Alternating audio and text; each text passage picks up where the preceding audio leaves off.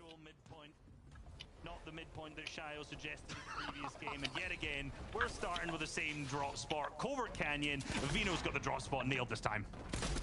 Thomas HD missing the fourth shot of this off spawn. Fifth, sixth. Don't make it seven. That's what I'm talking about. The lucky number, and he's there with the 144. The first game started off just like that too. That's 7 shots to take for him to basically get online. They're in 7th place overall as well. The stars are aligning for Thomas HD and Tayson Reese. I don't know what I was sweating more at, the end game where he was solo clutching, or just that 1v1. Like, I'm checking my pits right now, I'm telling you. Oh my goodness. Vino though, he should still be around. Unless that was Vino that was taken out. I was just paying more attention to the shot completely, but Joe and Vino are there somewhere. Aqua and O'Reilly, I see 2 eliminations. Is Aqua allowed to play in the FNCS now? This is crazy. Usually just hard out every game. Suggest that was the case. Good draw. What's up, G? What's up? A quick 50-50, and this is kind of what you actually want to do early game. And not usually, right? If you're looking for a consistent game, you don't want a 50-50, but a team like Aqua and O'Reilly who are going for that victory. Bro, I'm streaming something, one sec. I'm legit streaming Legends Landing, bro.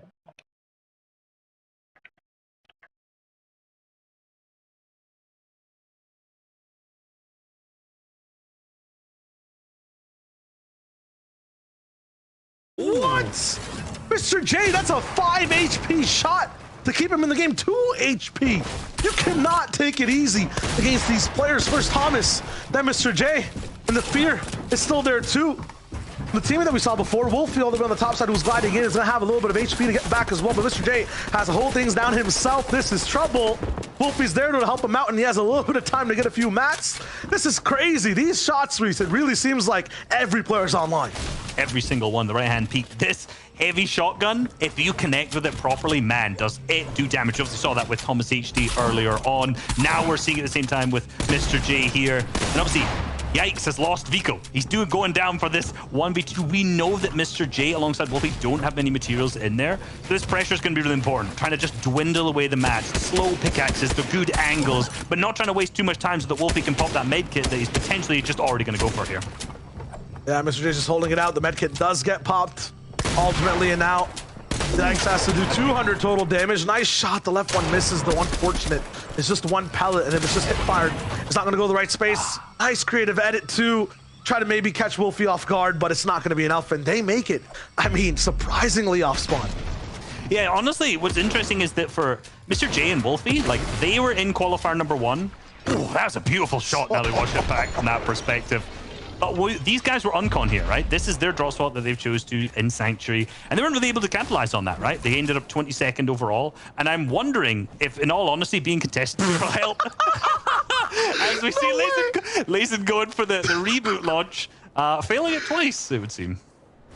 That is the funniest thing I've seen in the FNCS. I'm not gonna lie. I was about to be ready to break that down. Like, this is sick. I like this investment. Yeah. Bing bong. It just hits the bottom. Gonna carry him through the air. It's gonna be amazing. No. Oh my god. But interestingly enough, Lazen and Mirza, like if you remember back, qualifier number 1, they had a ton of struggles off spawn, and this seems to be absolutely no different right now. They seem to not be able to get a break at all. Lazen should look up, you know, some stand-up comedy maybe, if this is the case. If the FNCS is not working out. He's trying this, though. I mean, we've seen some crazy shots. It's all been thanks to this heavy shotgun, and Lazen has one in his inventory. 4 opportunities to make it happen. That, it might be a little bit more than heavy of a shot. You need to land that distance of where the teammate is of Refscarter now. Scram all the way on the beach. Ref still looking for the final confirmation. He's not going to actually leave anything up to chance. I like this. He has the all-in, he has the right angle as well in terms of getting Lazen down, but he stays a little bit back and makes sure that there's no chance he takes extra damage. This is an interesting fight for Refscarter. They're kind of pushing way off of their spawn there. You know, like from the Shell or High Wire drop spot, this is quite a long way to travel here. As we switch back over, see the replay of what actually happened. So this is the fight that they ended up going down for. And I'm guessing right now that you can understand what's happening from this POV, right? This is why Refscarter and Scram ended up pushing into that perspective. They see that fight going on. They understand both teams are weak down there. That's probably why they've moved so far out their drop. Obviously, it didn't work out so far for Lazen, though. This is where we start to see teams try different things, and that's what makes it interesting for everyone as well. It's playing. They have to just make sure they're not getting too comfortable overall. That's what happens in game 3 sometimes too. I would assume that a bunch of teams playing right now, Close and Adrena especially, are still frustrated, not fully comfortable with the performances they're getting game after game. I'm seeing right now that, what, 70 points, 60 points is where you want to be if you want to have that consistency angle coming in. Inside the semifinals, they're at 15, so they have a lot of work cut out ahead of them. Yeah, and like, Andrea is a tarper at the end of the day, you know? And Flois is a fantastic low ground player as well. Remember back to multiple seasons where he was able to pop off alongside Kaiser and Hellfire in, I think, season 7 as well. Fantastic low ground player. Andrea, similarly with Mr. Benji, I say that every time. Benji Fishy and Mr. Savage, again, a great low ground team. So if you're trying to be consistent here, yeah, that's not the play style that's going out for that. So I don't know if we're going to see these guys go to high ground, but what I do know is that they're hitting their shots. We saw some low ground teams have a little bit of success, and yeah, they're definitely landing their shots now. We saw some issues with them inside, I think it was game number 1. Ball things was the main focus too in terms of hitting your shots is what is happening at Chonker Speedway. Floki Clement, you know, Let's William. There's a lot of action. You know what's interesting is, like, half the teams here aren't even Chonkers teams. They're Kondo teams. And Lex's team, alongside Malamo's team, are both from Kondo. They both understand the mess that's going on in Chonkers. That basically every single qualifier we've seen so far, we've seen this fight draw out already. And now they're like, we get this. We understand what's going on here. We're coming in. We're going to capitalize on that. Easy Storm Surge tanks, even if they just sit on the outskirts of it, you know, tickle a couple shots off left, right, and center. And realistically, the zone's pulled into that south side, so they can afford to do this. From what I've seen, at least from the second, third zone and towards how end games go at Chonkers, the teams that end up actually, you know, at this spot this early, they're the ones that get to control and kind of be the conductors of the lobby when it comes to end game. So having that early spot is huge. Meanwhile, on the snow side, Crazy, Rafaelilo are going to have a little bit of trouble overall. I'm looking at a truck stop where no one's getting refueled, and I love this message. Every week we get a nice reaction. Oh, the chair get up though. The chair. Okay. I mean, man, we're at that. Great? What's great is when he's happy, he gets out the chair. When he's unhappy, he still gets out of the chair again. I'm liking it. I'm liking it. I want to see him just get super excited though. Maybe he'll win. I want to see them win a game. Exactly. Yeah. I'm rooting for them for the next couple games. I'm telling you. Not this one. They're already out, but the next 2, I tell you that. Unless there's like a lottery reboot. Imagine that. Having people just stay in the game. One person gets rebooted. Bonus time. There you go. And that'd be great. Imagine that. When you just tell that to the players right now. We're just like, yo, couple Elam points. Go for it.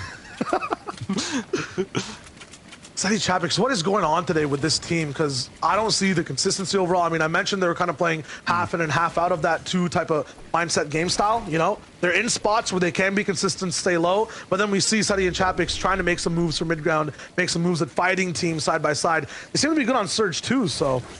I mean, to be honest, like, they've not found a home when it comes to an early game yet. They're dropping at the drop spot logjam that they've been at the start of the season when this duo kind of got together, but they've hopped between different places. They've been up to the north of Bugle. Even in this tournament, they were looking like they were going to go to Tilted until kind of the last moment they swapped up there. And obviously they are contested there right now with Coop and Frank, which you saw in game number 1. So there's a lot of difficulties. It seems like that early game is like, it's not bad for them because they're benefiting from it, but they're not getting completely stacked. You know, they're not starting that 5th zone with like a cat materials, launch pads moving, you know, the stuff that you need to keep going.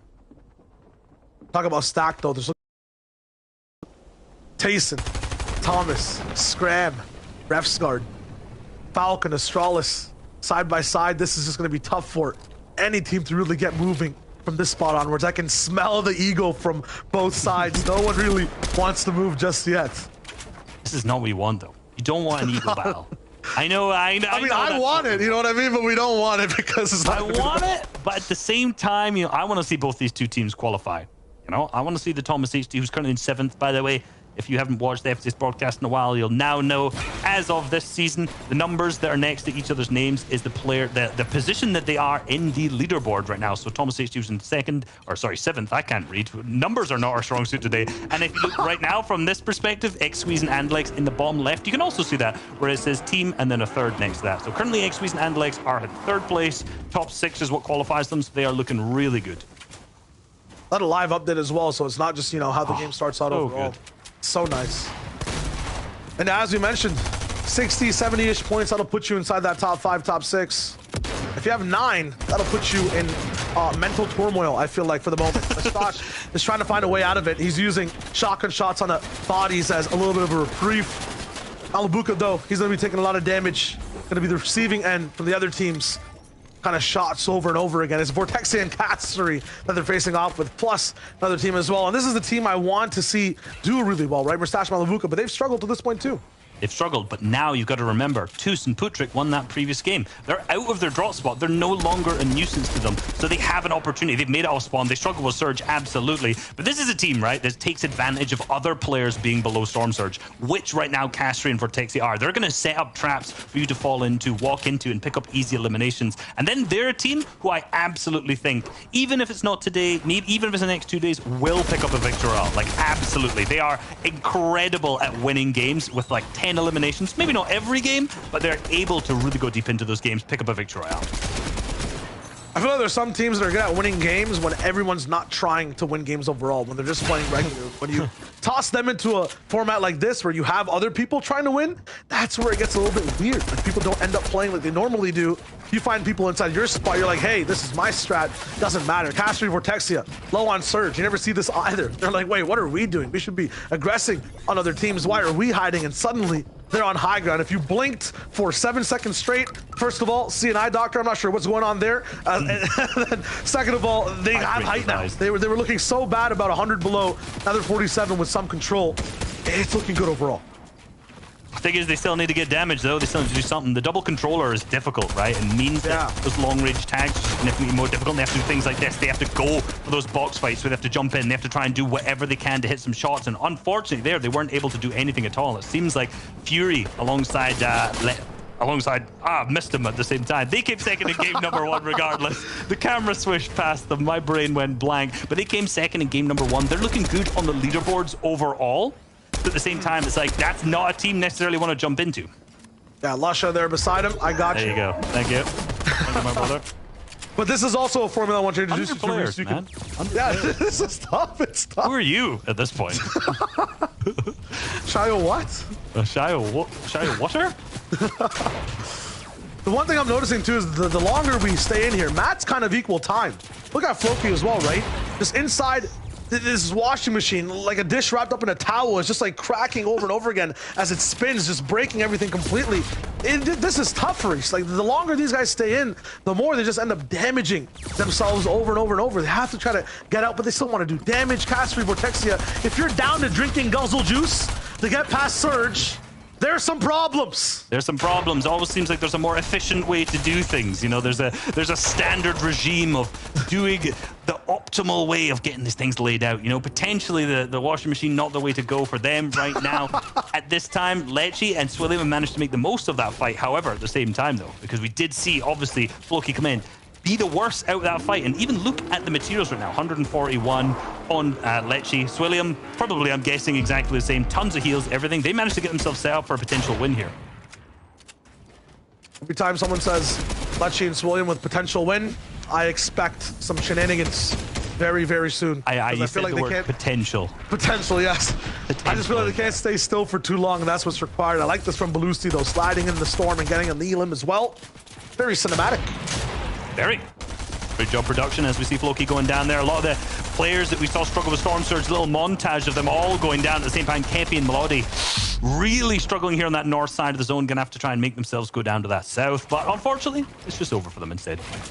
I need some music on these replay packages now, you know what I'm saying? There, black and white chroma key or whatever, plus sad music with some rain.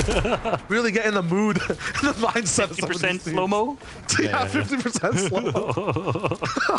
We can make it happen. We got the connection. We'd be like in the 7th zone by now after the package ends, but we can definitely make it happen. We can waffle for that. We're okay. On. I'll sing along. You're a good vocalist. We could sing along with the package if you want. Yeah, only specific keys. Only specific keys. Yeah, we have to write it a specific way. As long as there's not too much of a differentiation between the highs and the lows, it should be okay. Yeah. Makes sense. Look at that fast Roki. You were asking about him a few games ago. Let's say days ago. He's still active, getting a few glimpses. He is a mystery, though. I still don't know how the man does it. You're asking the wrong guy. Not really. As we see, let's be real. Thomas Tate, like you said, looking good. 2 eliminations. Refsgaard, Scram, also the same position with that fight we saw earlier, taking them on, putting them into a good spot in the center of third. Talking about that clutch, what were the effects from it? 31 points is what it was in that previous game. Oof, huge. And you looked at the 3 POVs we saw as well, if we want to stick to the team of 3. Refsgaard, Thomas HD, Seti, are these the 3 teams we're kind of expecting to have these last 3 wins, right? If you're looking at, you know, the clouded teams or the teams that everyone wants to see inside the finals, that should be everyone's shortlist. Definitely someone outlisted was like, I don't want them to be in the finals. My favorite team lands there. Yeah, but there they are once again, all in very different positions as well. I think Seti and Thomas are kind of beside each other, but after that, yeah, Refsgaard's kind of the only really active one. Lots of quiet on the other side. Yeah, so far they're the only ones who actually need to rotate into zone, right? They've got a tiny little bit to rotate here, but at the same time, there's a lot of hills in front of them that they're going to need to navigate through. But luckily, there's already these builds, and they have the Spider-Man's web shooters lined up. I thought they were going to go for the car usage, which would not have been a good idea, but this is the beauty of the Spider-Man's web shooters. Even with the nerf down to 10, like, they can just get in freely at this point. Now they're chilling, instantly building in hard materials to ensure that they don't get sprayed from any of the players who have already built up in zone. Now it's a waiting game. They have the launch pad. If they pull a max distance 5th zone, they potentially will opt to either use the Spider-Man's web shooters again or go in for the launch pad. They have the Chili Chug Splashes. They have like all of the mobility in the world at this point. This is a game that's set up for like at least a top 3. The end game loadout. Tell me you run him over. That's what I'm talking about. Is that a knock? It is a knock. It is. Zigot, no. And I think Andy realizes now they should always be looking for high ground, staying up there. Don't be on the dirt, especially with Lecce driving around. I mean, you know, there's a lesson to be learned there, which is please don't box up in wood. Like, this season with the high fire rate weapons, I know that that was not how that happened, but at the same time, like, if you sit and box up in wood, you are an easy target regardless of what you do. That's a danger sign. It's just warning lights of like, yes, please shoot me at this moment, or, you know, in this case, run through my box with a car. There's a warning light inside Nova and Hardfine's box as well that's saying please shoot anyone or something. 57 below on. It's getting lower too as the Siptos picks up an elimination onto Sanji. They need to get out of this box fast, about 15 seconds until that zone locks in and Thunder starts to strike. Oh, for it. So this is again the second game we've seen them struggle with Storm Surge, but ooh, team's waiting for them. That's Waffler who's set up alongside Diox, the trap for them to fall into. They know that they're below the Storm Surge. They're pushing in, but they've gotten straight into the box. It's a 50-50 with the world. The spray comes out. The armored wall comes through in the midst of it, but it doesn't matter. Nova Hardfine picking up the 2 eliminations, picking up all the points for it too. Huge amount of material refresh, and that looked like a trap that was set for them, but they absolutely clapped back at that moment. I'm liking the reversals. Meanwhile, that's a 2-man operation. I'm seeing a solo player pop off in the feed. The Siptos with what? His 3rd elimination so far. Not dead. They were always just kind of struggling on low ground, rotating in. Might have a high peak to operate off of right now, but all they need is 1 tag that they can't find. Mosh as well, getting a few more for himself. That's Milad going down. Chico controls one of the bases all the way up top in the sky as well. Suleiman at the bottom on the right side, and Chapix with Seti, and some of the power teams are there in the middle. What will Naku do though? They can wait this out for a little bit. It's just one more player that needs to go down, but no one is, and they continue to take damage. This is devastating as well. When you're the high ground team on top of the moving zone, you've pulled the 5th zone. This is a fight waiting to happen, and you're below Storm Surge getting tagged. This is so rough. This could be a game ender, but Storm Surge has ended. 50 players now, it's over. They're on the great position, but seems like they're still going to go for rotate. Potentially I was wrong. They weren't actually all the way in zone, just very, very close to it at that moment. My eyes were deceiving me. Shio's mathematics was deceiving him. It doesn't matter. We are down bad in some form, way or another. As always. We'll lift each other up. We know how it goes. I'm liking this, though. Some of the teams that we saw struggle as well that might have things missing on their side, too, are doing well in this game. Kanan Cruel, very close to high ground right now. But Thomas and Tayson also just ready to go for that launch pad. I've seen them take out so many teams who might have their first experience at holding height in an endgame, right? We see Chico up there, Kanan Cruel. Might not have the experience to control a lobby like this, so that's perfect. It's the perfect weather for Thomas and Tayson right now in mid-ground. Same with the Kinzel and Deceptos. Veteran team out of Tilted Towers right now. Another kind of mid to low ground team who you can expect that consistency from, who is looking really good on the leaderboards coming into this game. I was going to say coming into this, it doesn't matter. They're 6th right now. That's what truly matters. Absolutely. And split down the middle, no man's land. on that dirt trail on the left side. We'll have two different sides of the lobby to look at right now. Everyone will have to move back into the Grove. All the high ground we see right now might not have the utmost control, but it will be Seti and Chapix inside that seat first off. Every time I've seen Chapix in half and half get height, he wins games. So will he stay true to that pattern, to that power? That is the question, as the entire lobby has to move. That's true when it comes to normal trios, game mode, potentially duos, but when it comes to where every single Victory Royale matters, way more focus is up there. This may be too early for them to take it. I want to see how they go. They're obviously looking for a little bit, I don't want to say desperate right here, but like they need to pick up a Victory Royale or a massive game to clutch them, to throw them up into the top 6. Tarping ability instead, and it's going to be Relvis and Krusty on height. Now they have the loadout, they have the position. Clownsky 2 bounces up in the sky. Krusty Relvis reconnected and based up as well. They're looking to really stay up here. This is not a rental property. They're not trying to move after this zone ends. This is very good from them, but at the same time, Reese mentioned it, kind of early to set control this heavily as you start to move. They've invested so many materials, hard mats for now, and look who's looming right there below. Yes, indeed, it's Thomas HD and Tayson right underneath high ground, 572 damage above. All they have to really worry about is their position. Zone still keeps moving. Seti and Chapix are right by them on the same layer, side by side. Relvis drops down, Krusty still up top, and that might be it. Wait a minute, Noah Riley out of nowhere, also on the backside. Where's for the high ground? The retake is starting to happen. Big beams for Thomas. Relvis goes down. Thomas then, one more opponent is Krusty the teammate, and he has the beams and the shot dominance. HD is alive, and they take heights. Krusty and Relvis never made an FNCS finals. They're not used to a lobby of this caliber. They don't understand the height time retakes, but Thomas HD and Tayson absolutely do. Absolutely capped on materials. 100 builds still left on Thomas. I've got to assume that Tayson has even more to his name. The pepper's still in the inventory. The ammo absolutely plentiful. This could be the Victory Royale for Tayson and Thomas HD. Still lots of legends all the way inside the mid and low ground. Refsguard, Spider-Man web shooters in hand, but he's running out of webbing. This is going to be tough. Scram also down. He has no teammate. He'll have to go for that solo clutch. The consistency matters here a lot too, so everything on the line for him on the front side. See what he can work with as a solo player. 49 builds to his name. He can definitely clutch this up, but can he win it? The points are absolutely crucial right now. Some of the biggest names still up in the lobby. We see Cheatin picking up, and that's Lucia that goes down. The man I forgot earlier, but I'm not forgetting him right now. His leaderboard still up at the top. And as we look on top of the lobby, Tayson and Thomas HD dominating. Water falling down, Kinzel Deciptos just stuck in a blender. This is going to be tough. Shots from all sides, and Kinzel finally just gets to breathe slightly. Deciptos, though, running on the oxygen, armored wall on the left side, and there's a lot of shots coming in from the back. That storm is not only ticking, but the shots are rolling in too. Deciptos, 2 HP, needs to get that siphon, but too much HP on Chapix and Seti, who control the low ground. Refsguard, though, gets a position in front of them. Thomas HD is still running all the way up from height. It's wood gold, so he's just going to melt through them like a hot knife through butter. This is going to be easy and steamy for Thomas and Tayson all the way up top on high ground. Tayson also has that front side tarp. It's looking so good. This is fundamental from this duo, and they're looking to wrap things up.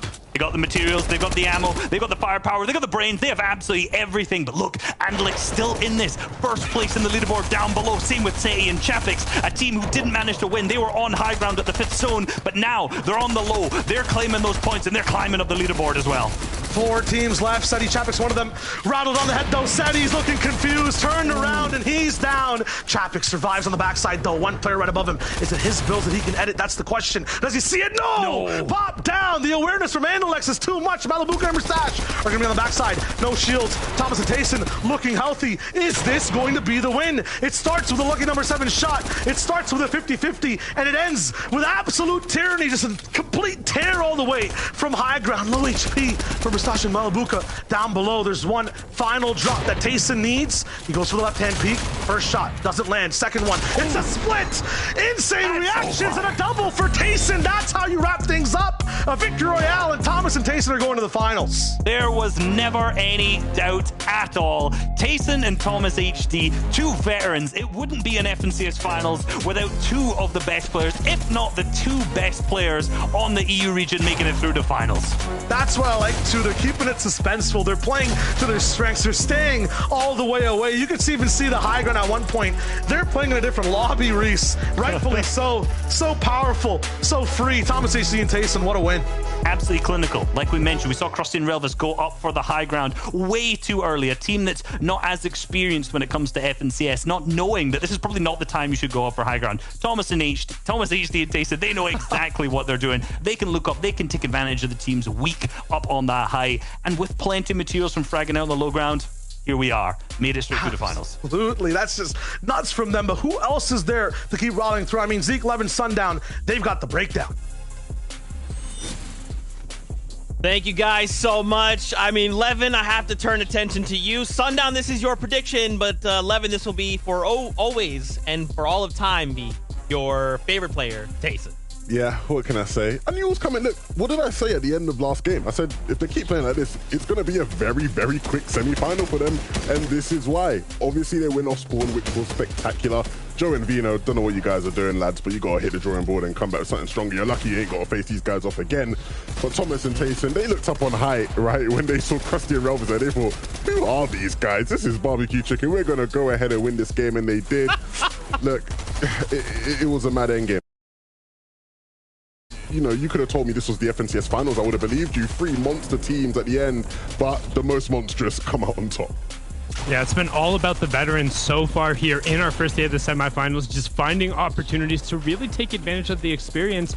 And the difference here, as we know, we see the control and Thomas being able to work top to bottom, but Tayson is up on his feet and they were able to go. It didn't require the individual effort that we saw in game number 2. And a lot of this, I think, stems from the confidence Thomas was able to get from that individual effort. And also, Tayson was able to actually get something off of drop. He didn't get beat to the floor loot. He was able to get a knock instantly, and they're able to those 2 eliminations into all of this, right? And then once they're able to get the reset, we were kind of looking at the materials saying, did they have enough mats to do it? The reset was able to give them more than enough. And I mean, they have the individual skill to run that lobby out 99 times out of 100. And just to think, a game ago, right, we watched Thomas HD almost single-handedly clutch the Victory Royale, and one of the big talking points was Tayson, right? If he had Tayson by his side, there's no doubt in our minds he gets the Victory Royale, and that's exactly what we saw, right? Literally the next game, they're like, oh, wait, sorry about that. Our plan changed a little bit. Don't worry about it. We're good to go. Let's take a look and remind ourselves of all of the players that have gotten themselves the Victory Royale and are already going on to finals. Now we add, of course, Thomas HD and Tayson to that list. Game number 2, we came out with Toos and Patrick, and of course at the very beginning of the day, Janice and Vortex came out with a win as well. Now, Levin, Sundown, we still have 2 games to go. I think with this all now happening, I almost want to turn attention to Vino, right? Because I feel like without Thomas HD and Tayson, these guys are allowed to operate, right? But is it too late? Sundown and Alexa X Squeeze, they already have this lead. Yeah, and Alexa X Squeeze, we can start to look towards the triple digit almost being enough to qualify through. It's 25 average points so far to keep you just above that kind of top 6 threshold and push forward. But don't forget, with 2 games down, a win at any point in time gets you there. I am telling you, man, this is it. Like, you know, Levin, these players are thinking the same thing. Okay, even if our points aren't the best, even if we've been eliminated off spawn every game, even if we get to game number 5 and nothing has gone our way, if we just get the Victory Royale, though, we can make it to finals, Levin. Yeah, and it's possible. You probably want to do it in this session, right? Because obviously session 2, a whole bunch of players start flooding into the lobby, and you don't know how the dynamic